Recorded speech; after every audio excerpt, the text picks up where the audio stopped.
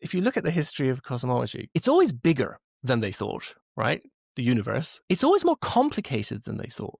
It's always got more orderly structure at all scales than they thought.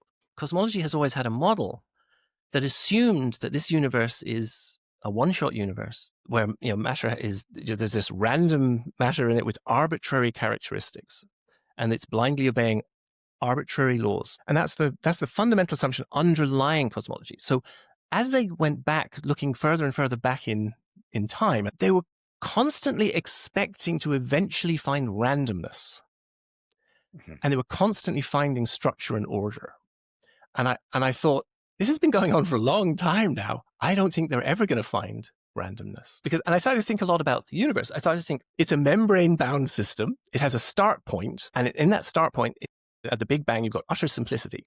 In a reasonably short amount of time, I know it's 13.8 billion years, but that's not actually that long. It builds out these complex structures, galaxies and stars, and the stars go in multiple generations of stars.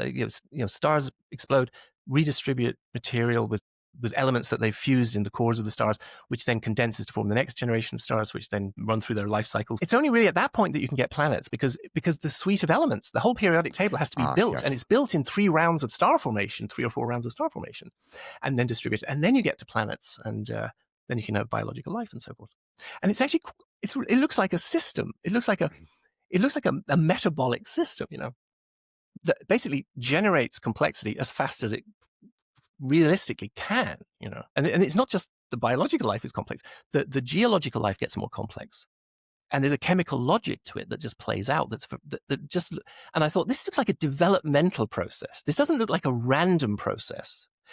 You can see it's random in the sense that, yes, it is just matter bumping into itself.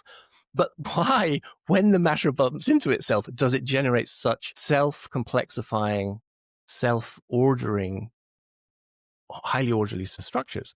And I thought, the thing that looks like is an evolved organism, because self-complexifying, self-organizing systems, we know them. They're animals, trees, they're self-organizing, self-complexifying systems. And what's the explanation for that?